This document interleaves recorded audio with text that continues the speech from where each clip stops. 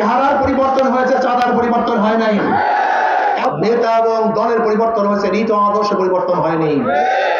5ই আগস্টের আগে এক দলে চাঁদা তুলতো, এখন 5ই আগস্টের পরে আর এক দলে চাঁদা তুলে।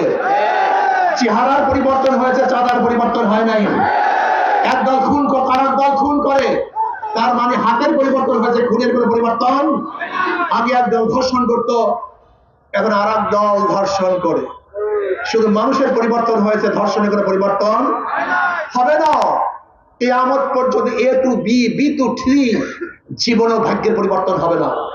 আমি মাদারীপুরের লোকদেরকে বলবো, অনুরোধ করব, একটা বারের জন্য হযরত মাওলানা আলী আহমদ সাহেবকে নির্বাচিত করে একটা বার পরীক্ষা করুন। একটা বার উনি যদি ফেল করেন, দ্বিতীয়বার পরীক্ষার হলেই ঢুকবো না, পরীক্ষা দেওয়ার জন্যই আসবো না।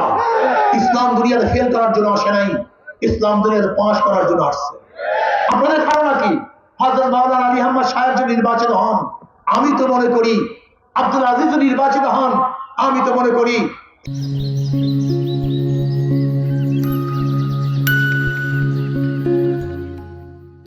এই এলাকাটা একটা সুন্দর সাম্য, মানবিক মর্যাদা, সামাজিক ন্যায় বিচারের সমাজ হবে, যেখানে মুসলমান, হিন্দু, বৌদ্ধ, খ্রিস্টান, ঋষি, কামার, চামার, কুলি, মজদুর সবার অধিকার নিয়ে বাঁচতে পারবে ইনশাআল্লাহ। যেখানে আমার মা বোনেরা সম্মানিত হবেন, আমার মা বোনের ইজ্জত হবেন, আমার মা বোনদের খোঁজ খবর নেওয়া হবে ঘরে ঘরে গিয়ে।